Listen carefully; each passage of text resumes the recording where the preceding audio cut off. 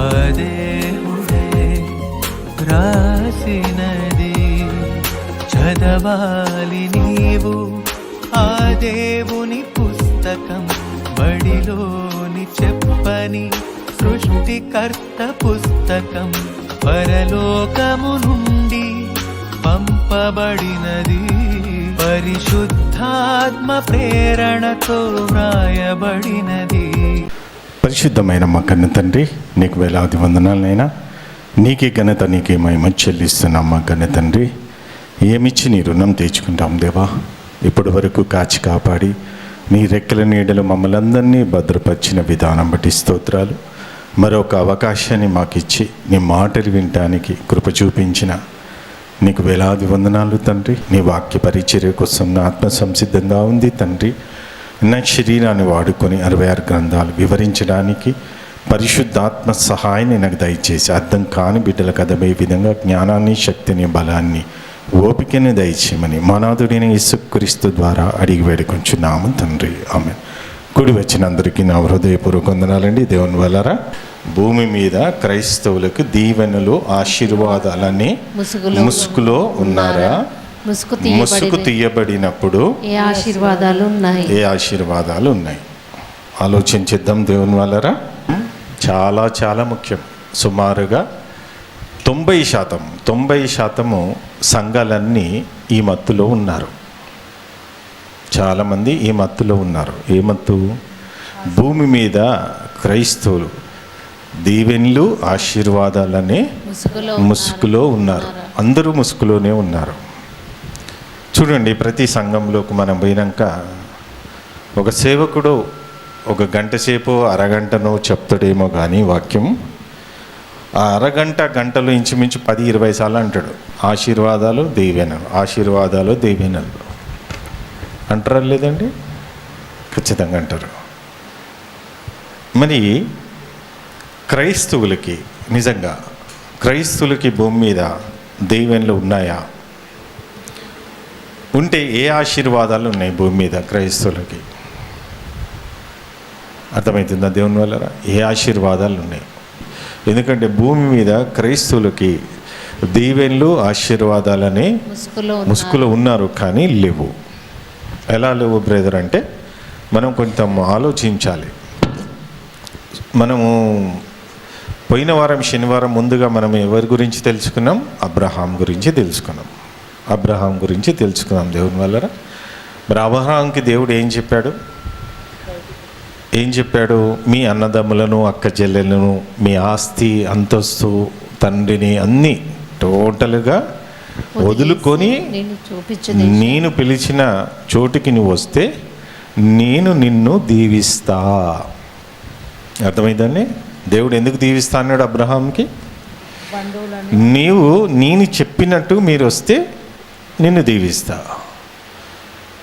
చెప్పిన వెంటనే అన్నదమ్ములను, అక్కజెల్లెలను, తండ్రిని, ఆస్తిని, ఆ ఊరుని, బంధుమిత్రులందరినీ వదిలేసి వచ్చేశాడు. బాగా గుర్తుపెట్టుకోండి ఈ పదాలు. మరి క్రీస్తు కాలంకి వచ్చే వరకు అపోస్తులు పిలిచిన వెంటనే ఒక 2-3 రోజులు పట్టిందా? పిలిచిన వెంటనే వాళ్ళు వచ్చారు. అబ్రహాము వచ్చాడు, దేవుడు పిలిస్తే 12 మంది అపోస్తులు వచ్చారు. అర్థమవుతుందండి? మరి దేవుని ఆశీర్వాదాలు పాత నిబంధనలు అజ్ఞాన కాలంలో చూడనట్టు దేవుడు వదిలేశాడు. అర్థమైందండి? అది అజ్ఞాన కాలం. ఇప్పుడు ప్రతి ఒక్కరూ మారు మనసు పొందాలి. మారు మనసు పొందితే ఏమొస్తుంది? మనలోకి ఆత్మ వస్తుంది. ఈ ఆత్మ సర్వసత్యంలోకి నడిపిస్తుంది. ధర్మశాస్త్రం అనే ముసుగులో నుంచి క్రీస్తు దగ్గరికి నడిపిస్తుంది. ఈ దీవెన, ఆశీర్వాదాలు అనేది కేవలము ఆనాడు ఇజ్రాయిలీలకి ఇవ్వబడ్డాయి. ఏంటని? ఇజ్రాయిలీలకి ఇవ్వబడ్డాయి. మరి ఇజ్రాయిలీలు ఈ పదాజ్ఞలు ఎంత మటుకి పాటించి ఐగుప్తు నుంచి కానానికి చేరారు అనేది మనం పోయిన వారం తెలుసుకున్నాం.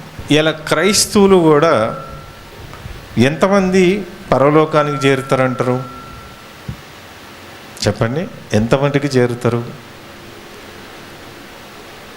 కేవలం ఒక భూమి మీదనే ఒక ఆజ్ఞలు పెట్టిండు దేవుడు.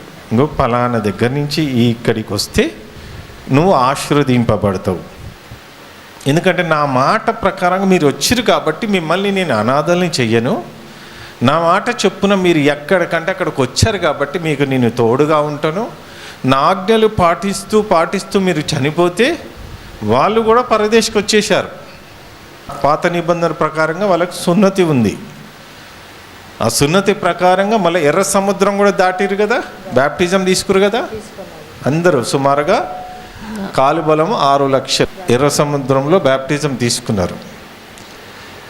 తీసుకున్న తర్వాత కూడా పిట్టలు రాలిపోయినట్టు రాలిపోయారు. ఇలా నిజంగా మన అబ్రహాం చెప్పిండు, ఏం చెప్పిండు? వాళ్ళందరినీ ఫస్ట్ వదులుకోవాలి. మనకి దీవెనలు ఎలా కావాలి? ఏది వదులుకోము.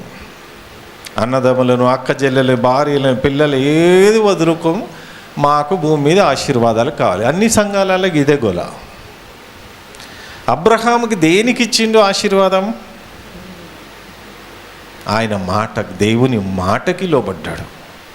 అర్థమైందా? దేవుని మాటకి లోబడిన ప్రతి ఒక్కరికి దేవుడు తోడుగుంటాడు. ప్రతి ఒక్కరికి దేవునికి ఫస్ట్ లోబడాలి. దేవుడు చెప్పిన ఆజ్ఞల ప్రకారంగా మన భూమి మీద బ్రతికితే దేవుడు ఖచ్చితంగా మనకు తోడుగా ఉంటాడు. అర్థమైందా దేవుని వల్లరా? మరి ఇక్కడ ఏమన్నాడు? ఆదికాండం 12వ అధ్యాయం 1-2 వచనాలు మరొకసారి చూద్దాం. యెహోవా నీవు లేచి నీ దేశము నుండియో నీ బంధువుల యొద్ద నుండియో నీ తండ్రి ఇంట నుండియో ఏమంటున్నాడు అక్కడ? ఫస్ట్ నీ దేశము నుండి. నీ దేశం ఫస్ట్, నీ దేశం వదలాలి. నేను పిలుస్తున్నా కదా, నిన్ను పిలుస్తున్న అబ్రహాం, ఫస్ట్ నువ్వేం చేయాలి? నేను పిలుస్తున్నప్పుడు నువ్వేం వదలాలి? నీ దేశం. నీ దేశాన్ని. ఇక్కడ కూడా మన ఊరిని వదులుతామా? ఇండ్లు వదులుకుంటామా? చెప్పండి. చాలామంది అబ్రహాముని దీవించినట్టు నన్ను దీవించు, మోసేని ఎడారిలో నడిపించినట్టు నన్ను నడిపించు పదాలు ఎలా వాడతారండి కదా? అబ్రహాం ఒట్టినే వచ్చిందా? అన్నీ వదులుకున్నాడు. మరి అబ్రహాం వదులుకున్న తర్వాత కరువు వచ్చింది కదా, ఎక్కడికి వెళ్ళిండు? మరి చూడు, ఐగుప్తు వెళ్ళిండు. ఎన్ని కష్టాలండి, చాలా కష్టాలు.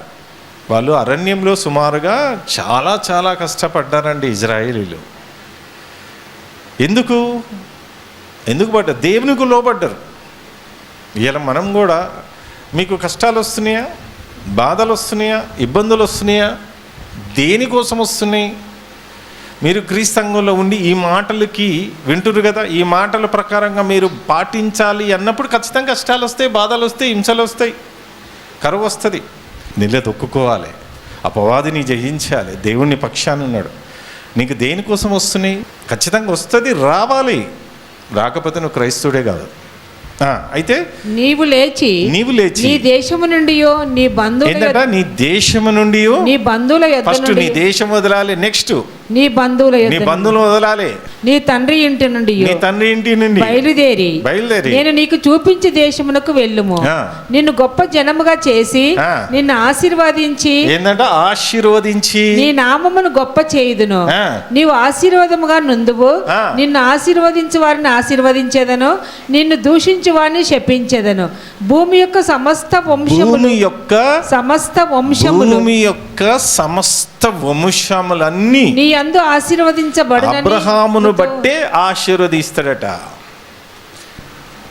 ఎప్పుడన్నా దేవుని దగ్గరకు వచ్చి, అయ్యా ఇప్పటిదాకా మా బాధలు తీర్చిన కదా తండ్రి, ఇయ్యాల నీ బాధ ఏంటో మాకు చెప్పు, మేము తీరుస్తాం అనేటోళ్ళు వచ్చారు సంఘానికి. చెప్పండి. చచ్చిపోయేంత వరకు మన బాధలు, మన కష్టాలు, మన ఇబ్బందులు చెప్పుకోవడానికే దేవుడు వస్తాడు. మరి దేవునికి కూడా బాధలు ఉన్నాయి.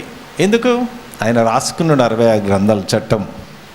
ఈ చట్ట ప్రకారంగా నా బిడ్డలు బ్రతుకుతలేరు, ఎలా రా నాయనా అని బాధపడుతున్నాడు ఆయన. ఇంతకీ ఆశీర్వాదాలు, దీవెన అనే పదాలు క్రైస్తవులకు ఉన్నాయా?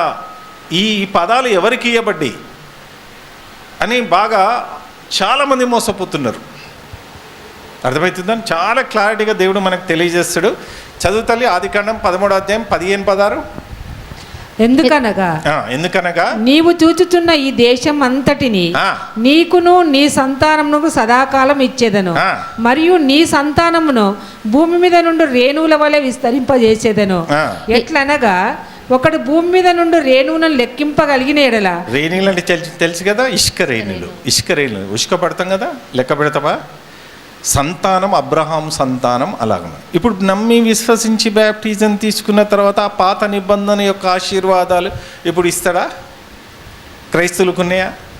ఒక దిక్కు శిలువమయం అంటాడు, ఒక దిక్కు ఆశీర్వాదాలు. ఏమన్నా సెట్ అవుతాయా అండి? ఏమన్నా చెప్పండి. మరి ఈ అమాయకులు ఎలాగండి ఈ బోధలు చేస్తూ ఈ అమాయకులు ఎంతమందిని పాతాళానికి తయారు చేస్తారండి చెప్పండి. ఆత్మలు కలుస్తలు, వ్యక్తులు కాదు. మనం వ్యక్తుల్ని చూపిస్తున్న దెయ్యం, కానీ ఆత్మ, సర్వసత్వంలోకి నడిపించే ఆత్మ, భ్రమపరిచే ఆత్మ, రెండు ఆత్మలకు పడతలేవు. అబ్రహాం దగ్గరికి వాక్యం వచ్చింది. ఆదికాండం 15:1 ఇది జరిగిన తరువాత యెహోవా వాక్యము అబ్రహామునకు దర్శనమందు వచ్చి, యెహోవా వాక్యం ఎవరి దగ్గరకు వచ్చి? అబ్రహాం దగ్గరకు వచ్చి 4:5 యెహోవా వాక్యం అతని యొద్దకు వచ్చి, ఇతడు నీకు వారసుడు కాడు, నీ గర్భవాసమున పుట్టబోచున్నవాడు నీకు వారసుడగునని చెప్పెను. మరియు ఆయన వెలుపలికి అతన్ని తీసుకొచ్చి, ఒకప్పుడు పాత నిబంధనలో కంటికి అవుపడే దేవదూతలు ఉన్నాయి, స్వరంతో మాట్లాడిన దేవదూతలు ఉన్నాయి, కంటికి అవపడకుండా ఒక వెలుగుతో వచ్చిన దేవదూతలు ఉన్నాయి. అర్థమవుతుందా? దేవదూతలు ఎక్కువ అవపడరు. ఇప్పుడు పెనుగులాడింది కదా యాకోబు, తొంటిరగొట్టింది కదా. శరీరం ధరించుకొని వస్తేనే ఆ తొంటిరగొడతాడు. నువ్వు ఆత్మతో పోరాడగలుగుతావా? ఆత్మ అవపడుతుందా? ఆత్మ ఎవరమ్మా? దేవదూతనే కదా. అందుకే కంటికి అవపడి, ఇది మైండ్లో పెట్టుకోవాలి. దేవుడా ఇంతవరకు ఎవరు చూడరు, ఎవరు చూడలేరు. దేవదూతనే చూడలేరు. పరలోకం నుంచి దేవదూతనే, ఆ వెలుగుతోనే. ఇప్పుడు మోషేకి 10 ఆజ్ఞలు ఎవరు ఇచ్చిర్రు అనుకున్నావు? దేవదూతనే. దేవుడు అని అనుకుంటారు కదా, దేవదూతలే. కొంచెం చెప్పినా కదా, కొంతమంది శరీరంతో అవపడరు, కొంత మటుకి వాయిస్, స్వరం, కొంతమందికి రియల్గా వెలుగుతో. అర్థమైందా? పాత నిబంధనలో జరిగిన సంఘటన. మన నూతన నిబంధన కూడా మరియ తల్లి దగ్గరికి ఎవరు వచ్చారు? ఇప్పుడు వస్తున్నారా? ఇప్పుడు లేదు. అంత మొత్తం బైబిల్ మొత్తం కంప్లీట్ అయిపోయింది. ఇంక రావాల్సిన అవసరం ఏమున్నా ఇళ్ళనే వెతుక్కోవాలి నువ్వు. అర్థమవుతుంది? మళ్ళీ మొదటి నుంచి స్టార్ట్ చేయడు చరిత్ర. దేవుడు ఆల్రెడీ అయిపోయింది, స్థిరపరచబడ్డదిగా. అయితే నీవు ఆకాశం వైపు తేరి చూచి నక్షత్రాలను లెక్కించుటకు నీ చేతనైతే లెక్కించుమని చెప్పి. ఇక్కడ ఎవరు డిస్కషన్ చేస్తారు? ఇక్కడ అబ్రహాంతో దేవదూత. మైండ్లో పెట్టుకోండి. దేవుడు అంటే దేవుడు రాలేడు. ఏమో కొద్దిగా డౌట్ ఉండొచ్చు. చూద్దాం. 1 తిమోతి 6:16 చూడండి. సమీపింపరాని తేజస్సులో దేవుడు ఎలా ఉన్నాడట? సృష్టికి కర్త, సమీపింపరాని తేజస్సు. అంటే మనం చూసే దేవుడు చేసిన సూర్యున్నే మనం చూడలేము కదా. సూర్యున్నే చూడలేని మనము దేవుని చూస్తామా? చెప్పండి. మీరు చూడండి, ఎండాకాలంలో ఎట్లుండండి ఎండలు. ఇంకో కొద్దిగా ఎండ కొడితే పరిస్థితి ఏంటి తెలుసు కదా. యూరోప్ ఆ ప్రాంతాలలో ఎంత ఘోరమైన ఎండలు. చదువుతల్లి. సమీపింపరాని తేజస్సులో ఆయన మాత్రమే వసించుచు అమరత్వము గలవాడై ఉన్నాడు. మనుషులలో ఎవడును ఆయనను చూడలేదు. మనుషులలో ఎవడు ఆయనని చూడలేరు. ఎవడును చూడలేరు, చూసి తట్టుకోలేరు. ఇట్లాంటి వాక్యాలు చాలా ఉన్నాయి నేను నిరూపించడానికి. అని మన పాఠం అది కాదు. అర్థమవుతుందా? నిజమైన దేవుడు ఎవ్వరు కూడా చూసింది ఒక యేసుక్రీస్తు మాత్రమే. యేసుక్రీస్తు పరిశుద్ధాత్ముడు. ఇంకొకరు తెలుసా? దేవదూత, ప్రధాన దేవదూత భూమి మీదకి వచ్చింది కదా, అదే దెయ్యంగా మారిపోయింది. ఆ దేవదూత కూడా చూడలే. ఆయన పవరు, చాలా పవరు, కోట్ల మంది దేవదూతలు కదా. కానీ ఆ వెలుగు చూడలేరు. ఆ వెలుగులో నుంచి ఆయన చూడాలంటే మాటలా కళ్ళు పోతాయి. అవునా? నీవు ఆకాశం వైపు తేరి చూచి నక్షత్రములను లెక్కించుటకు నీ చేతనైతే లెక్కించుమని చెప్పి నీ సంతానము అలాగగునని చెప్పెను. అతడు యెహోవాను నమ్మెను. యెహోవాను నమ్మిండి కాబట్టి ఆ సంతానం అవుతుంది అన్నాడా. ఇప్పుడు ఆదికాండం 22వ అధ్యాయం, మీకు దీవెనలు ఆశీర్వాదాలు పాత నిబంధనలో దేవదూతలు అబ్రహాంకి చెప్పిన మాటలన్నీ మీకు గుర్తు చేయాలి కాబట్టి చేస్తున్నా. నీకు ఒక్కడే ఉన్న నీ కుమారుని వెనుక తీయక ఈ కార్యము చేసినందున నేను నిన్ను ఆశీర్వదించి, ఆశీర్వాదం దీవెన పదాలు వస్తున్నాయా లేవా? నేను నిన్ను ఆశీర్వదించి ఆకాశ నక్షత్రం వలెను సముద్ర తీరమందలి ఇసుక వలెను నీ సంతానమును నిశ్చయముగా విస్తరింపజేసేదను. నీ సంతతి వారు తమ శత్రువుల గవిని స్వాధీనపరుచుకొందురు. మరియు నీవు నా మాట వినినందున, నా మాట అబ్రహాము దేవుని మాట వినినందున భూలోకంలోని జనముల నీ సంతానం వలన ఆశీర్వదింపబడున నా తోడని ప్రమాణం చేసి ఉన్నానని యెహోవా సెలవిచ్చెను. అబ్రహాముకి ప్రమాణం చేస్తున్నాడు దేవదూతల ద్వారా. కానీ దేవుడు అబ్రహాముకి మాట ఇస్తున్నాడు ఇక్కడ, మనుషులు కాదు. ఆ మాట ప్రకారంగా ఈ మైండ్లో పెట్టుకోవాలి. ఇవి మీరు కొన్ని చెప్పినప్పుడు మైండ్లో పెట్టుకోవాలి. నేను తర్వాత ఈ మాట ఎందుకు నేను చెప్పబడ్డదో మీకు తర్వాత అది ఇక్కడ అన్నాడు కదా. మరి చూడు ఆదికాండం 32వ అధ్యాయం, ఆదికాండం 32వ అధ్యాయం 26, 27 నీకు తెలుసు కదా, దేవదూతతో పెళ్ళిగులాడింది కదా యాకోబు. ఆయన తెల్లవారుచున్నది గనుక నన్ను పోనిమ్మనగా అతడు నీవు నన్ను ఆశీర్వదించితేనే గాని, యాకోబు పెళ్ళిగులాడుతుంటే నీవు నన్ను ఆశీర్వదించేంత వరకు నిన్ను వదలనని గట్టిగా పడి రాత్రి అంతా పెనుగులాడిండండి. ఎందుకు? అంతకుముందు ఏ బ్రాండ్ ఉంది? ఇక అన్యజనుల బ్రాండ్ ఉంది. ఇప్పుడు అబ్రహాము కరెక్ట్ ఉన్నాడు, ఆ సంతానంతో మళ్ళీ ఏమైపోయిందమ్మా, ఎంత ఘోరంగా అయింది కదా, తెలుసు కదా. మరి అలాగా మీకు నా చరిత్ర అంతా మొన్న ఇంకా నేను చెప్పలే, ఘోరంగా చేసిరు వీళ్ళు యాకోబు కొడుకులు. అయితే మరి ఆ పరిస్థితిలో నుంచి దేవుడు నడిపిస్తున్నాడు కదా. ఎలాంటి దేశంలో నడిపిస్తున్నాడండి? అలాంటి దేశాన్ని నడిపిస్తుంటే అప్పటికి ఆయన ఒక దేవదూతను పట్టుకొని నాకు ఆశీర్వాదాలు కావాలి కావాలి కావాలని కొట్లాడితే దేవుడు ఇస్తున్నాడా లేదా? ఎలా ఇస్తున్నా చూడండి. నీవు నన్ను ఆశీర్వదించితేనే గాని నిన్ను పోనీయనెను. ఆయన నీ పేరేమని అడగగా అతడు యాకోబు అని చెప్పెను. అప్పుడు ఆయన, నీవు దేవునితోనూ మనుషులతోనూ పోరాడి గెలిచితివి గనుక ఇక మీదట నీ పేరు ఇజ్రాయేలే గాని యాకోబు అనబడదని చెప్పి. యాకోబు కదా, యాకోబు నుంచి పేరు ఎలా వచ్చిందమ్మా? ఇజ్రాయేలీలు. ఈ ఇజ్రాయేలుకి దేవుడు తోడుగా ఉన్నాడో లేదో ఒకసారి కీర్తన గ్రంథం 121, కీర్తన గ్రంథం 121 ఒకసారి 4 నుంచి ఒకసారి చదవండి. కీర్తన గ్రంథము 121 4 నుంచి 8 వరకు ఒకసారి టకటక చదవమ్మా. ఇజ్రాయేలును కాపాడువాడు. ఇజ్రాయేలు పేరు ఎవరు వచ్చింది? దేవదూత దగ్గర వచ్చిందా లేదా? యాకోబుకి వచ్చిందా లేదా? ఇక్కడ ఏమంటే మళ్ళీ యాకోబు అంటున్నాడా, ఇజ్రాయేలీలు అంటున్నాడా? ఇజ్రాయేలును కాపాడువాడు కునుకడు నిద్రపోడు, యెహోవాయే నిన్ను కాపాడువాడు. నీ కుడి ప్రక్కన యెహోవా నీకు నీడగా ఉండును, పగలు ఎండ దెబ్బైనను నీకు తగలదు. మాట ఇచ్చింది కదా, వంశానికి మాట ఇచ్చింది కదా. బా, మనకు కూడా మాట ఇస్తున్నాడు తెలుసా. కానీ ఆ మాట మనం కరెక్ట్ ఉండలేక దేవుడు ఉండలేకపోతున్నాడు. నమ్మి విశ్వసించి బ్యాప్టిజం తీసుకున్న వెంటనే మనకు ఒక దేవదూత ప్రొటెక్టివ్ వస్తుంది. ఆజ్ఞలు పాటించినంత కాలం నీతోనే వస్తుంది దేవదూత. నువ్వు ఆజ్ఞ మీద వెంటనే ఈయన సైలెంట్ అయిపోతావు, ఇంకో దేవదూత వచ్చి పక్కన కూర్చుంటుంది. వాడు పని చేస్తుంటాడు. అందుకే మనం కరెక్ట్ ఉండడానికి పోరాటం చేయాలి. ఒకవేళ తప్పు చేస్తే మనకి ఎన్నిసార్లు అవకాశం ఇచ్చిండు క్షమాపణ. ఇక్కడ ఏమంటున్నాడు? నీ కుడి ప్రక్కన యెహోవా నీకు నీడగా ఉండును, పగలు ఎండ దెబ్బైనను తగలదు, రాత్రి వెన్నెల దెబ్బైనను నీకు తగులదు. ఏ అపాయమును రాకుండా యెహోవా నిన్ను కాపాడును, ఆయన నీ ప్రాణమును కాపాడు. యేసు కాడిని మోసుకుంటూ గత 26 సంవత్సరాలు ఎలా గడిచిపోయినాయో నాకు తెలియదు దేవుని వాళ్ళరా.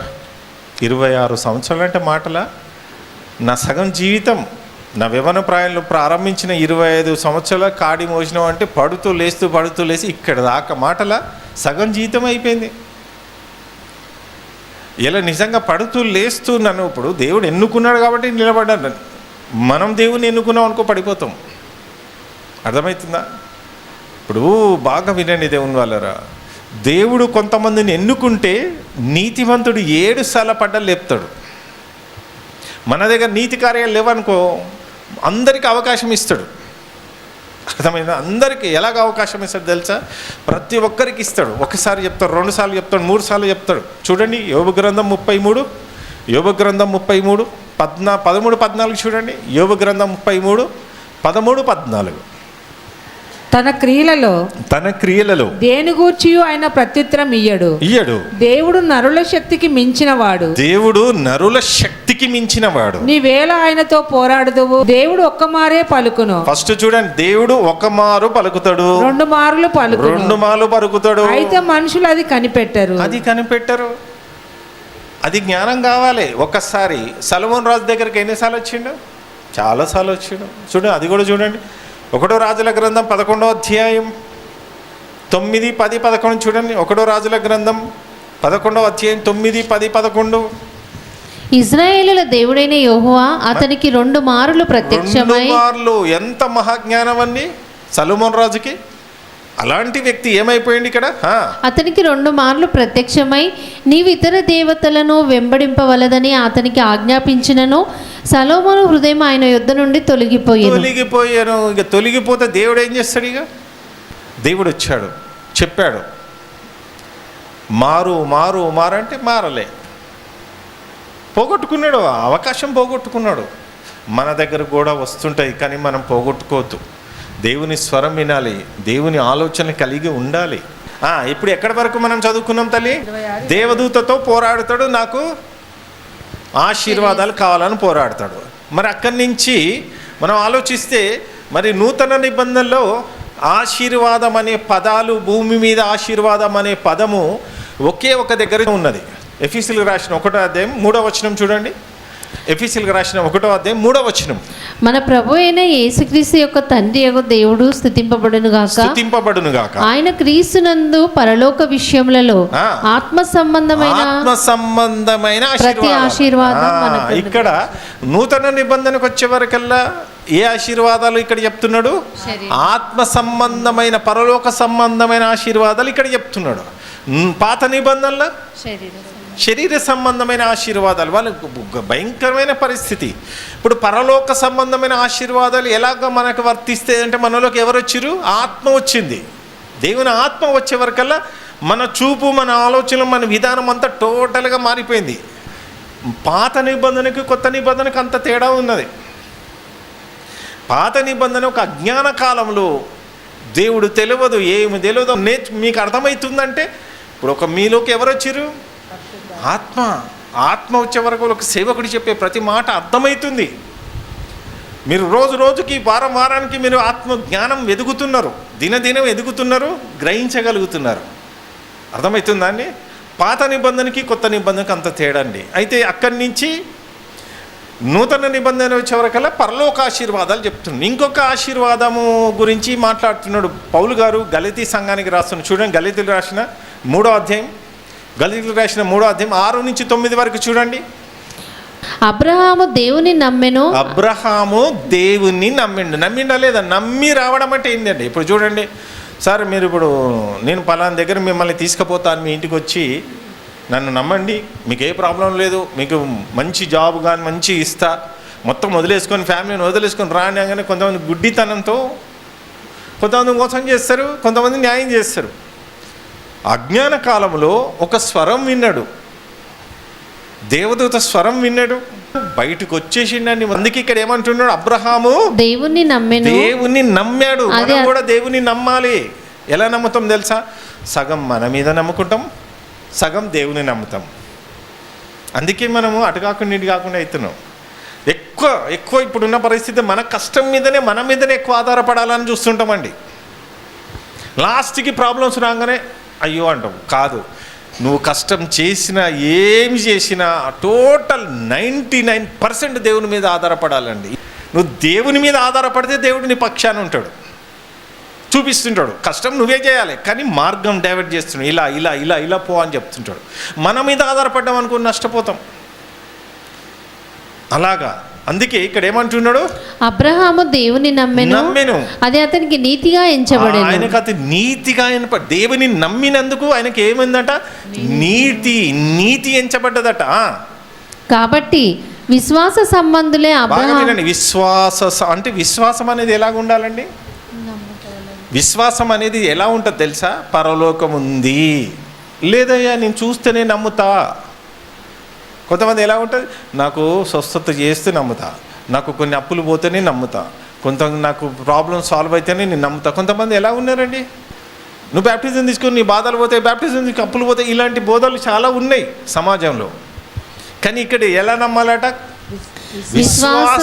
విశ్వాసం నమ్మాలి. విశ్వాసంతో పరలోకం ఉంది, నా దేవుడిని నేను నమ్మాను అని బల్ల గుద్దినట్టుగా నమ్మాలట. ఆయన నమ్మితే, ఇప్పుడు అబ్రహాము నమ్మిండు, ఆ దేశానికి వచ్చిండు, స్పాట్లో కరువు వచ్చింది, దేవుడు మార్గం తెరిచాడు. ఇక్కడ కొంచెమే తెచ్చుకుంటే ఆస్తి, ఐగుప్తు నుంచి చాలా ఆస్తిని తెచ్చుకున్నాడు. దేవుని మీద ఆధారపడితే దేవుడు ఇచ్చేది కొంచెం కాదు.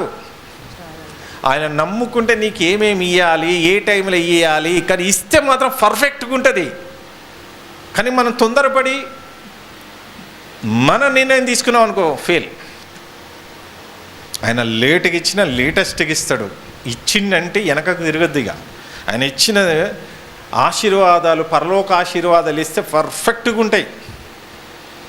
కానీ ఇది మనం గమనించుకోవాలి. దేవుని వల్ల అపవాది కూడా మనల్ని కన్ఫ్యూజ్ చేస్తుంటుంది. టోటల్గా ఇప్పటి నుంచి ఈ పాట విన్న తర్వాత మనం ఏదైనా ఆయన మీద సంపూర్ణంగా ఆధారపడాలి. కాబట్టి విశ్వాస సంబంధులే అబ్రహాము కుమారులని మీరు తెలుసుకొనుడి. దేవుడు విశ్వాస మూలముగా అన్యజనులను నీతిమంతులుగా తీర్చునని లేఖనము. అన్యజనులు ఏం చేస్తున్నారు? అన్యజనులు నీతిమంతులుగా విశ్వాసం ఉంచారు, దేవుని మీద విశ్వాసం ఉంచారు అన్యజనులు. అర్థమవుతుందమ్మా? విశ్వాసము అన్యజనులు దేవుని మీద ఉంచిరు కాబట్టి ఏమైపోతుందంటే ఇక్కడ విశ్వాస మూలముగా అన్యజనులను నీతిమంతులుగా తీర్చినని లేఖనము ముందుగా చూచి నీ అందు అన్యజనులందరూ ఆశీర్వదింపబడుదురని. అన్యజనులందరూ ఆశీర్వదింపబడతారు అంటున్నాడు. ఇంతకు అన్యజనులు ఎవరెవరు? ఇప్పుడు మనం ఎవరం? అన్యజనులు. మనమంతా అన్యజనులమే. ఒక ఇజ్రాయేలీలు తప్ప అందరూ అన్యజనులే. యేసును నమ్మితే అబ్రహాం ఆశీర్వాదాలు యేసుక్రీస్తుకి వస్తుంది లాస్ట్కి. మీరు తెలుసుకునేది అదే, ఆ ముసుగు తీయబడేది అదే. ఆశీర్వాదాలు అనేది ఇప్పుడు భూమి మీదనే ఆశీర్వాదాలు అనుకుంటున్నాం. దానికంటే మించిన ఆశీర్వాదం పరలోకం. ఇప్పుడు పరలోకం వైపు చూస్తే కింద ఆ కష్టాలని చాలా చిన్న చిన్నయండి. ఖచ్చితంగా వస్తాయి కష్టాలు. ఆ కష్టాల వైపు చూసినాక దేవుడు గిత్త తవ్వుపడతాడు, ఆవగింజ అంత తవ్వుపడతాడు. నువ్వు దేవుని పెద్దగా చూసినావు అనుకో, నీ కష్టాలు ఆవగింజ అంత ఉంటాయి. అందుకే మన కష్టాల వైపు మనం చూడొద్దు, దేవుని వైపు చూడాలి. ఇవన్నీ వస్తుంటే పోతుంటాయి. అర్థమవుతుందా? ఎంత విశ్వాసం అండి, ఎంత విశ్వాసం! అసలు విశ్వాసం అనేది ఎలా ఉండి అబ్రహాం చూసి నేర్చుకోవాలండి. కాబట్టి విశ్వాస సంబంధులే విశ్వాసము గల అబ్రహాముతో కూడా ఆశీర్వదించబడుదురు. ధర్మశాస్త్రం విధించిన క్రియలకు అవును అయిపోయిందా? అయిపోయింది. 13వ వచనం. ఆత్మను గూర్చిన వాగ్దానము విశ్వాసము వలన మనకు లభించున్నట్లు అబ్రహాము పొందిన ఆశీర్వాదము క్రీస్తు యేసు ద్వారా. మళ్ళీ అబ్రహాము పొందిన ఆశీర్వాదం ఎక్కడ లింక్ అవుతుంది? ఇక్కడ క్రీస్తుకి లింక్ అయిపోతుంది, క్రీస్తు యేసుకి లింక్ అయిపోతుంది. ఇప్పుడు అన్ని జనులని భూలోక వంశములన్నీ ఆశీర్వదింపబడతారంటే ఏమనుకుంటున్నారు అన్నట్టు? అన్యజనులు అంటే ఎవరు? మనం ఇప్పుడు అన్యజనుల కిందకే వస్తాం. అర్థమవుతుందా? ఇప్పుడు మనమంతా ఆశీర్వదింపబడ్డామా లేదా? ఎలాగా? అన్యజనులుగా ఉన్నాం. దేవుడు అంటేనే తెలియదు మనకి. అలాంటిది ఎవరో ఒకరు వాక్యం తెలుసుకున్నాం, క్రీస్తుని అంగీకరించాం, నమ్మి విశ్వసించి బ్యాప్టిజం పొందిన వెంటనే మనం మామూలు ఆశీర్వాదాలా? ఇప్పుడు మనకు చూడని క్రైస్తవులకి భూమి మీద కావాలా, పరలోకం కావాలా? పరలోకం అని అంటారు, మళ్ళీ భూమి అనేది ఎదుగుతారు. ఇది కదా, అదే కదా దేవుడు అదే బాధపడుతున్నాడు. వీళ్ళకి అది కావాలా, ఇది కావాలా, ఏది కోరుతున్నాడని దేవుడు అదే. అందుకే స్పష్టం లేదు. మనం క్రైస్తవులం బ్యాప్టిజం తీసుకున్నాం అంతే. కష్టాలు వస్తున్నాయంటే అయ్యా నీకు ముందే చెప్పినా కదా, సేవకుడు చెప్పాడా, బ్యాప్టిజం తీసుకోగానే కష్టాలు వస్తాయా సుఖాలు వస్తాయా? యేసుక్రీస్తుకి ఏమొచ్చినాయి? అపోస్తులకి, ఆది క్రైస్తవులకి, ఇలా మనకి కష్టాలకి ఆశీర్వాదాలు పక్క పక్కన పెడితే అసలు ఏమన్నా కలుస్తుందా? పొంతన ఉంటుందా? ఇక్కడ ఏమంటున్నాడమ్మా? క్రీస్తు మన కోసం శాపమై మనను ధర్మశాస్త్రం యొక్క శాపం నుండి విమోచించెను. ఇప్పుడు 16వ వచనం. ఈ ఆశీర్వాదం సంబంధించిన అన్ని మీకు చదివియాలి కాబట్టి ఇప్పుడు మన పాఠానికి ముందు ఉన్నది కాబట్టి మీకు చదివిస్తున్న దేవుని వల్ల. అబ్రహామునకును అతని సంతానమునకును వాగ్దానములు చేయబడెను. ఆయన అనేకులను గూర్చి అన్నట్టు, బాగా వినండి, అనేకుల గురించి అన్నట్టు నీ సంతానములకు అని చెప్పక ఒకని గూర్చి అన్నట్టే నీ సంతానమునకు అనెను. ఆ సంతానము క్రీస్తు. ఇప్పుడు అర్థమైందా? ఆ సంతానం ఏ సంతానం? క్రీస్తు అన్నట్టు. ఇప్పుడు భూలోక వంశములన్నీ ఆశీర్వదింపబడతాయంటే ఆశీర్వాదం ఎక్కడికి లింక్ చేస్తున్నాడు? క్రీస్తుకి లింక్ చేస్తున్నాడు. మీరు తెలుసుకుంటారు, ఇక స్టెప్ బై స్టెప్ తెలుసుకుంటారా? ఇప్పటి వరకు మనం చదువుకున్నాం కదా ఈ ఆశీర్వాదాల గురించి. ఇంకొకటి ఉంది వచనం, అధ్యాయం అపోస్తల కార్యాలు 3వ అధ్యాయం. ఈ అన్నిటికీ ఇప్పుడు చూడండి, అబ్రహాంని ఎందుకు దీవిస్తానన్నాడు? ఇప్పుడు నువ్వు ఎక్కడి నుంచో దేశం నుంచి వచ్చావయ్యా, నీకు ఏ అలవాట్లు ఉన్నాయో, ఏ శాపం ఉందో. పాత నిబంధన అన్ని శాపాలే కదా. నూతన నిబంధనకు వచ్చేళ్ళకి శాపాలన్నీ వెళ్ళిపోయినాయి కదా. పాత నిబంధన శాపాలన్నీ ఉన్నాయా లేదా? ఆ శాపాలతోనే, ఆ పాపాలతోనే, ఆ భయంకరమైన నువ్వు ఉన్న పరిస్థితిలో నుంచి ఇవన్నీ ఏంటిది? దుష్టత్వం అదంతా. అవునా కదా? దుష్టత్వం, దుష్టునితో సావాసం చేసినప్పుడు ఏమవుతుంది? దుష్టత్వంతో ఉన్నావు. ఇప్పుడు నేను మొత్తం ఆలోచనలతో వచ్చినావు కాబట్టి నేను ఏం చేయాలి? ఫిల్టర్ చేయాలి కదా. అయితే నూతన నిబంధనలు అపోస్తులు ఏం రాస్తున్నారు చూడండి. అపోస్తల కార్యాలు 3వ అధ్యాయం 25-26 చూడండి. 25-26 చూడండి. ఆ ప్రవక్తలకును దేవుడు అబ్రాహాముతో నీ సంతానమందు భూలోక వంశములన్నీ ఆశీర్వదింపబడినని చెప్పి ఏమన్నాడు ఇక్కడ? నీ సంతానమునందు భూలోక వంశములన్నీ. ఇప్పుడు అబ్రహాం సంతానం మనం ఉన్నామా లేదా? అబ్రహాం సంతానమే మనము. అబ్రహాం ఎవరండి? అన్యుడు. మనం అన్యులమే. ఎంత లింక్ అయిపోతుంది అబ్రహాం నుంచి మొదలు పెడితే క్రీస్తు వరకు. మీకు ఇంకా ఎలా అంటాడు? మత్తయి గారు కూడా రాస్తున్న చూడండి. మత్తయి సువార్త 1వ అధ్యాయం 1వ వచనం చూడండి. అబ్రహాము కుమారుడు, మత్తయి సువార్త 1వ అధ్యాయం 1వ వచనం చూడండి. అబ్రహాము కుమారుడగు దావీదు కుమారుడైన యేసుక్రీస్తు వంశావళి. లింక్ ఎక్కడ పెడుతున్నాడు? అబ్రహాము నుంచి క్రీస్తు వరకు. అబ్రహాం ప్లస్ దావీదు ప్లస్ యేసుక్రీస్తు లింక్ పెడుతున్నాడు అక్కడ. వంశం. ఇప్పుడు చదువుతాలి. దేవుడు అబ్రహాముతో నీ సంతానమందు భూలోక వంశములన్నీ ఆశీర్వదింపబడినని చెప్పి మీ పితరులతో చేసిన నిబంధనకును మీరు వారసులై ఉన్నారు. దేవుడు తన సేవకుని పుట్టించి మీలో ప్రతి వాణిని వాని దుష్టత్వం నుండి మళ్లించడం వలన మిమ్మల్ని ఆశీర్వదించుటకు. ఇదంతా ఇప్పటిదాకా చదివించింది ఏందంట? ఆశీర్వాదం అన్నారు కదా. ఆశీర్వాదము, పాత నిబంధన ఆశీర్వాదాలు వేరు. నూతన నిబంధనకు వచ్చే ఆశీర్వాదం ఎలాగంట? మనల్ని దుష్టత్వము నుంచి, దుష్టు నుంచి తప్పించడమే పెద్ద ఆశీర్వాదం. ఇప్పుడు దేవుడు యేసుక్రీస్తు దుష్టత్వం నుంచి తప్పిస్తే నెక్స్ట్ మనం ఏ లోకానికి వెళ్తాం? మరి అదే కదా, ఆ దుష్టుడే కదా మనల్ని ఆపుతున్నాడు. ఆ దుష్టుడే మనకు అన్ని చూపిస్తే రంగురంగు రూపాలన్నీ చూపిస్తున్నాడు. వాడే కదా మనకు మనోనేతర గుడ్డితనం చేసింది, వాడే కదా. ఆ దుష్టత్వం నుంచి తప్పించడానికే యేసుక్రీస్తు భూమి మీదకి వచ్చాడు. మరి అదే ఈ సామాధి వరకు ఈ కష్టాలు, బాధలు, ఇబ్బందులు అన్ని సామాధి వరకు కొద్దిగా ఓచుకోను. మామూలు లోకం ఉండదు అదిగా. దేవుడు వాగ్దానం చేసింది కదా. అబ్రహాము ఎక్కడండి? దేవుడు పిలిచిన వెంటనే ఎక్కడికి వచ్చిన? గుడారాలలోకి వచ్చేసిన తర్వాత ఎక్కడికి వచ్చి చూస్తున్నాడు ఆయన? పరలోక పట్టణాన్ని చూస్తున్నాడు అని ఒక మంచి మాట. అసలు నాకు వండర్ అనిపిస్తుంది. హెబ్రీయులు రాసిన 11వ అధ్యాయం 8-9 వచ్చినా చూడండి, ఎంత వండర్ అండి అసలు. అక్కడ మనకి ఆది కాండంలో రాయబడలేదు కానీ ఇక్కడ రాయబడ్డది చూడండి. హెబ్రీయులు రాసిన 11వ అధ్యాయం 8-9 చూడండి. అబ్రహాము పిలువబడినప్పుడు విశ్వాసమును బట్టి ఆ పిలుపునకు లోబడి తాను స్వాస్థ్యముగా పొందనయ్యున్న ప్రదేశమునకు బయలు వెళ్ళెను. మరియు ఎక్కడికి వెళ్ళవలెనో అది ఎరగక బయలు వెళ్ళెను. అసలు ఏంటండి ఎక్కడికి వెళ్ళాలో తెలియదు. పిలుచుని వెళ్ళిపోతున్నాడు. నువ్వు అడగా? మనం అడుగుతావా లేదా? ఎక్కడికి పోతున్నాం? ఎక్కడికి పోతుండో ఎరగకనే బయలువెళ్ళే ఉన్నాడండి. బా, అందుకే విశ్వాసులకు తండ్రిగా నిలబెట్టేసిన దేవుడు. ఇలా చరిత్ర సృష్టించడానికి అబ్రహాముని చరిత్రను నిలబెట్టేసిండండి. ఇలా అబ్రహాముని చిన్నంచనేస్తావా? ధనవంతుడు భూమి మీద బతికిండా లేదా? బతికి చివరికి లాజరు ఎవరి ఒళ్ళోకి వెళ్ళిపోయిండు? చూడండి లూకా సువార్త 16వ అధ్యాయం. లూకాసు వార్త 16వ అధ్యాయము 22 నుంచి ఒకసారి చూడండి. ఆ దరిద్రుడు చనిపోయి దేవదూతల చేత అబ్రహాము రొమ్మున ఆనుకుంటూ. భూమి మీద ఎవరంట? లాజరు దరిద్రుడు, ధనవంతుడు గొప్పోడు. భూమి మీద లోకాలు చేంజ్ అయిపోతున్నాయా లేదా? ఈ ఇద్దరు కలిసి ఒక లోకానికి పోతురు. ఆ లోకంలో ఎలాంటి మర్యాద జరుగుతుంది ఇక్కడ? ఆ దరిద్రుడు చనిపోయి దేవదూతల చేత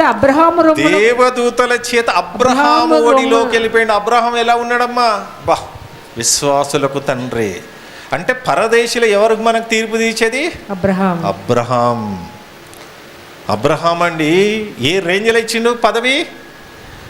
ఇలా చూడండి, అబ్రహామును బట్టే కదా.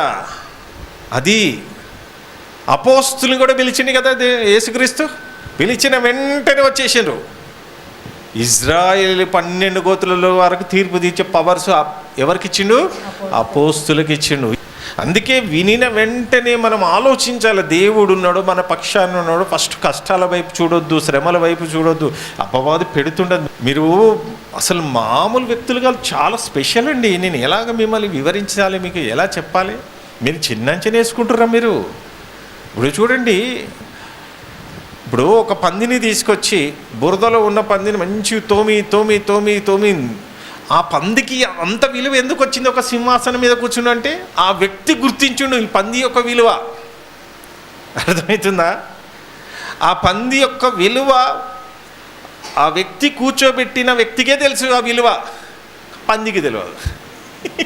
పంది ఎక్కడ చూస్తుంది? మన స్వభావం కూడా నువ్వు ఏమనుకుంటున్నావు? అందరిలాగానే వాళ్ళు క్రైస్తవులే, నేను క్రైస్తవు. నువ్వు ఏ జ్ఞానంలో ఉన్నావు? నీ సేవకుడు ఎలాంటి మర్మాలను నీకు విడుదల చేస్తున్నాడు? నువ్వు ఎంత గొప్పడు తెలుసా? పరలోకానికి సెలెక్ట్ అయిపోయినావు. సెలెక్ట్ అయిపోయి చిన్న చిన్న ప్రాబ్లమ్స్కి నువ్వు మళ్ళీ పేరు కొట్టేసే పరిస్థితి నువ్వే తెచ్చుకుంటున్నావు. అర్థమవుతుందా దేవుని వల్లరా? నువ్వు ఎక్కినవంటే పట్టు వదలకుండా పట్టాలి. శ్రమలు ఏం చేస్తాయండి? మనిషిని చంపుతాయా? వస్తున్నాయి. ఇంకొక శ్రమలు అవి వస్తున్నాయి. అవి వచ్చేదాకా కూడా ఇప్పుడే పడిపోతే ఎట్లా? ఎందుకైనా దేవుడు మనం చిన్నగా ఆలోచిస్తున్నాం. పెద్దగా ఆలోచించాలి దేవుని విషయంలో. సృష్టికి కర్త, కలిగి ఉన్నది ఏది ఆయన లేకుండా కలగలేని ఈ సృష్టి కర్త నీ పక్షాన ఉన్నాడు. నీకు బాధలు వస్తుంటే ఊకుంటాడా? అపవాదం ఏం చేస్తే నీకు ఎవరు లేరు, నీ పని అయిపోయింది, కథం క్లోజ్ అంటుంటాడు వాడు. వాక్యంతో అందుకే కదా ఒక సేవకుడి ద్వారా ఒక మాటలు, హెచ్చరికలు, ఖండించే మాటలు, వాక్యం వస్తున్నది, వాక్యం చదవాలి. పొద్దున్న వేకుజ్జాను ఎక్కడ పోయినా వాక్యం ఉంటే అపవాదికి చోటు ఉండదు. చూసి అబ్బాయి ఇంకో నెత్తుకుంటుంది. కష్టాలు అందరికీ వస్తాయి. యేసుకు రాలేదా? అపోస్తులకు రాలేదా? ప్రవక్తలకు రాలేదా? నీకేమొచ్చినాయి? ఏం కష్టాలు వచ్చినాయి అంతగానో? రక్తాలు ఏమైనా చిందుతున్నారా? రక్తాలు గారుతున్నాయా విశ్వాసం నిలబడడానికి? ఆ స్థాయికి ఇంకా పోలే కదా మనము.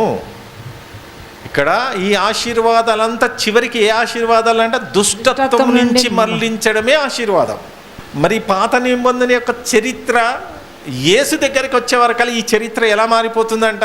గలితీయులకు రాసిన 3వ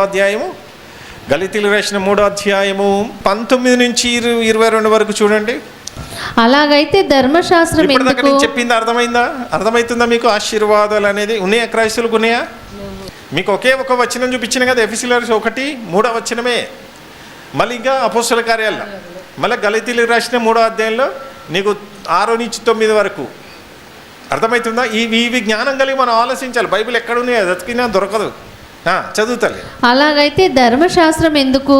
ఎవరికి ఆ వాగ్దానము చేయబడెనో ఆ సంతానం వచ్చే వరకు అది బాగా వినండి. ఇక్కడ ఏమంటుండు? గలితీయులకు రాసిన 3వ అధ్యాయం 19 నుంచి 22 వరకు. ఇక్కడ అబ్రహాము వాగ్దానం చేసింది కదా దేవుడు. ఆ వాగ్దానం ఎక్కడి నుంచి ఎక్కడికి నడిపించడానికి ఆ వాగ్దానం వస్తుందో మీరు ఆలోచించాలి. చదువుతాలి.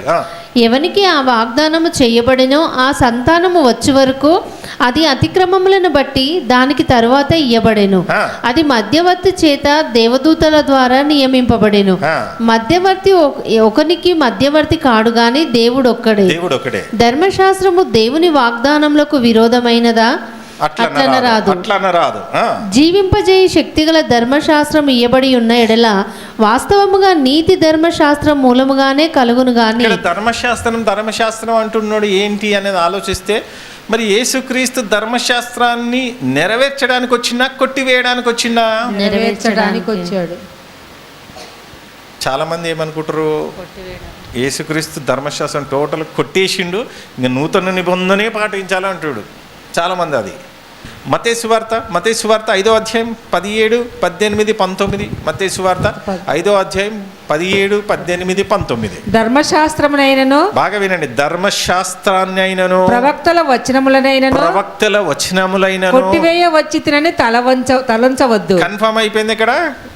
దేనికి వచ్చినానట? కొట్టివేయడానికి వచ్చినానని తలంచొద్దు. నెరవేర్చుటకే గాని కొట్టివేయటకు నేను రాలేదు. మనకు కన్ఫర్మ్ అయిందా లేదా? ఎలాగా?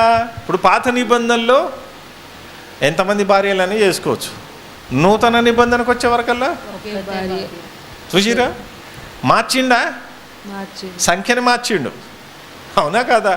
పాత నిబంధనకి కొత్త నిబంధనకి మొత్తం టోటల్ చేంజ్ చేసిండు అన్నట్టు. అర్థమవుతుందా? ఇప్పుడు మీకు అర్థం కావాలి. ఇప్పుడు ఈ పాత నిబంధన అంతా యేసు దగ్గరికి రావాలంటే ఏమైపోతుంది మీరు గ్రహించాలి. ఏమైపోతుంది అంటే, ఇప్పుడు చదవను 22 వరకు చదివిన తల్లి చదవలే. జీవింపజేయ శక్తిగల ధర్మశాస్త్రం ఇయ్యబడి ఉన్న ఎడల వాస్తవముగా నీతి ధర్మశాస్త్రం మూలముగానే కలుగును గాని యేసుక్రీస్తు నందలి విశ్వాసం మూలముగా కలిగిన వాగ్దానము విశ్వసించు వారికి అనుగ్రహింపబడినట్లు లేఖనము అందరినీ పాపములో బంధించెను. 22 ఇప్పుడు 23 నుంచి 27 వరకు ఇక్కడ చాలా గ్రహించాలి మీరు. 23 నుంచి 27 వరకు విశ్వాసం ధర్మశాస్త్రం ఏమైపోతుందో చూడాలి ఇక్కడ.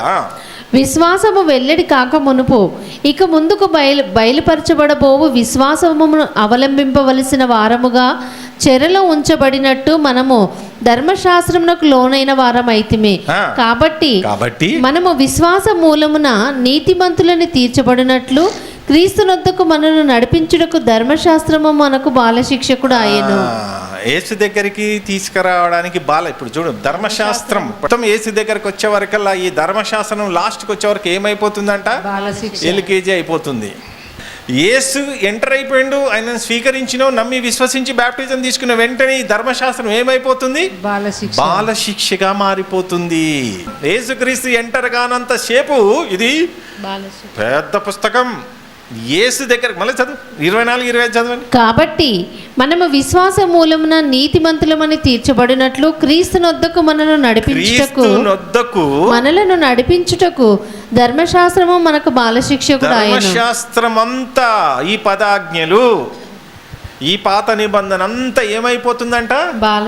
బాలశిక్షగా మారిపోతుంది. ఇప్పుడు బాలశిక్షలో ఏమేమి ఉన్నాయి? దీవెనలు, ఆశీర్వాదాలు ఉన్నాయి. బాలశిక్షగా మారిపోతుంది. ఏంటిది? ధర్మశాస్త్రం. ఇప్పుడు నెక్స్ట్ అయితే విశ్వాసము వెల్లడాయను గనుక ఇక బాలశిక్ష కింద ఉండము. మనం బాలశిక్ష కింద ఉండం అయిపోయింది. ఇక రోమిలకు రాసిన 10వ అధ్యాయం 4-5 వచనాలు చూడండి. రోమిలకు రాసిన 10వ అధ్యాయం 4-5 వచనాలు చూడండి. ఇక్కడ విశ్వసించు ప్రతివానికి నీతి కలుగుటకై క్రీస్తు ధర్మశాస్త్రమునకు సమాప్తి అయి ఉన్నాడు. అర్థమవుతుందా అండి? ఆగిపోయింది అంతే. యేసు దగ్గరకు వచ్చినట్టు టోటల్ ధర్మశాస్త్రం అంతా ఏమైపోయిందంట? సమాప్తి. ఇంకే చదువు 4-5 చదువమ్మా. విశ్వసించు ప్రతి వానికి నీతి కలుగుటకై క్రీస్తు ధర్మశాస్త్రమునకు సమాప్తి అయి ఉన్నాడు. ధర్మశాస్త్రం మూలమగు నీతిని నెరవేర్చువాడు దాని వలననే జీవించునని మోషే వ్రాయిచున్నాడు. అయితే విశ్వాస మూలమునగు నీతి ఇలాగూ చెప్పుచున్నది, ఎవడు పరలోకములోనికి ఎక్కిపోవును అనగా క్రీస్తును క్రిందికి తెచ్చుటకు, లేక ఎవడు అగాధంలోనికి దిగిపోవును అనగా క్రీస్తును మృతులలో నుండి పైకి తెచ్చుటకు అని నీవు నీ హృదయంలో అనుకోవద్దు. చాలు. ఇక్కడ ఇదంతా చదువుకుంటూ పోతుంటే సమాప్తి అయిందా లేదా? సమాప్తి. ఇప్పుడు మనం బాలశిక్ష కింద ఉంటున్నామా? లేదు.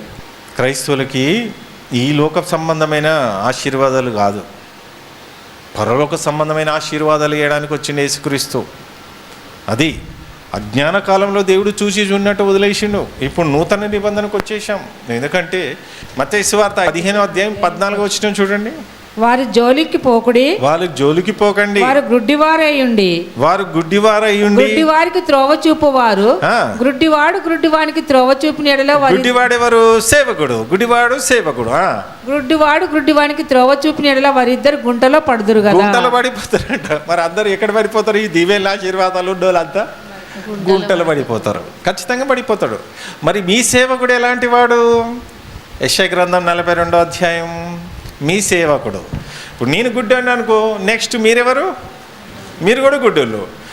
సేవకుడు మంచోడైతే మీరు ఎలాంటి వాళ్ళు? అందుకే ఇక్కడ చెప్తారు యెషయా గ్రంథం 42వ అధ్యాయం 18, 19, 20. చెవిటి వారులారా వినండి. గుడ్డి వారులారా మీరు గ్రహించినట్లు ఆలోచించుడి. నా సేవకుడు తప్ప మరి ఎవరు గుడ్డివాడు? మరి ఎవరు గుడ్డివారు? ఏ సేవకుడు? అందరు సేవకులే. అందరు సేవకులు కాకుండా ఉండడానికి పోరాడమని, అందరు సేవకులు కావద్దంటున్నాడు. ఈ సేవకుడు ఎలా ఉండాలి? మనోనేతరాలు, గుడ్డితనమైన మనోనేత తెరిపించేవాడుగా ఉండాలి. అందుకే ఇక్కడ ఏమంటున్నాడు?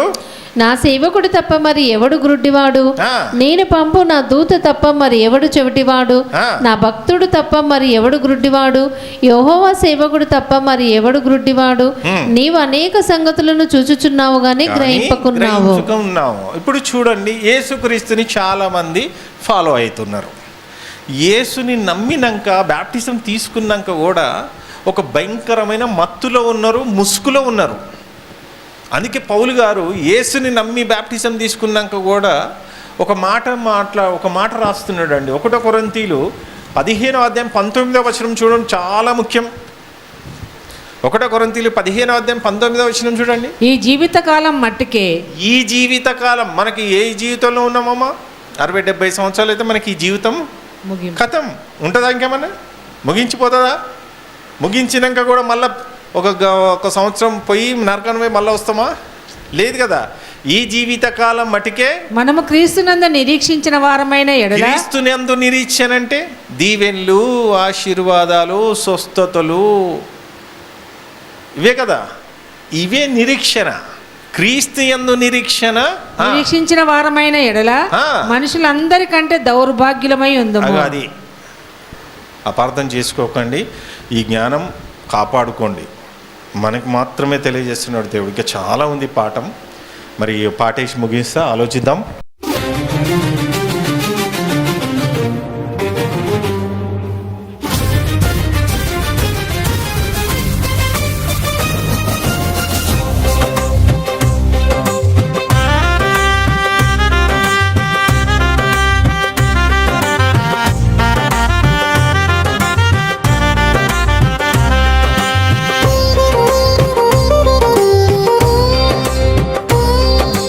విశ్వాసవీడు అబ్రహాము గారు, దేవుని పిలుపుకు సాగిరివారు. వాగ్దాన భూమికి పయనమై వెళ్ళెను, నమ్మిన దేవుని వాక్కును గెలిచెను. నీ దేశమును నీ బంధువులను విడిచి నేను చూపు దేశానికి రాని పలికి గొప్ప జనముగా నిన్ను ఆశీర్వదించెదను, నీ నామమును గొప్ప చేయుదునెను. నీవు దీవించు వారిని దీవించేదను, నిన్ను శపించు వారిని శపించేదను. భూలోక వంశములన్నీయు నీలో దీవించబడును, ఈ వాగ్దానము అబ్రహాముపై నిలిచెను.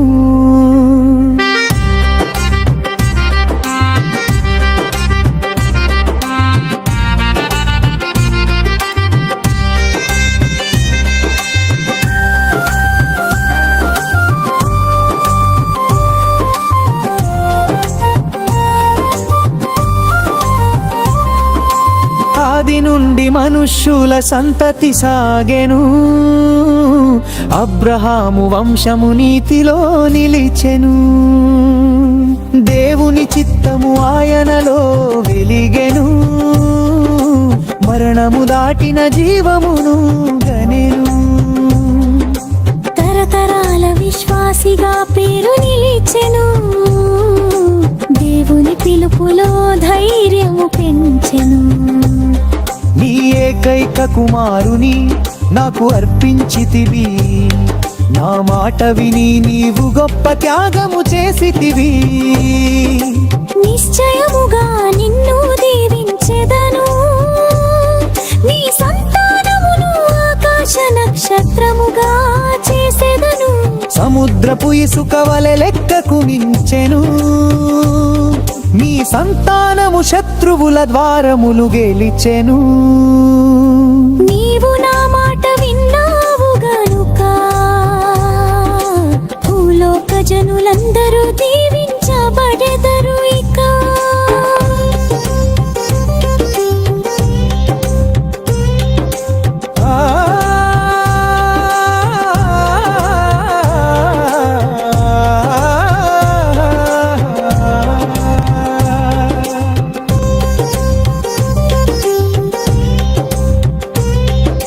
పరదేశిగా వాగ్దాన దేశములో నివసించెను, గుడారములలో ఉండి దేవుని నమ్మెను.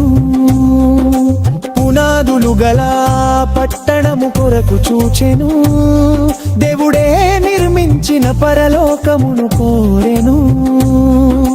వాగ్దానములను దూరము నుండి చూచిరి, పరదేశులమని లోకములో సాక్ష్యమునిచ్చిరి. పరలోక గృహముపై ఆశను పెంచిరి, విశ్వాస మార్గములో జయమును పొందిరి.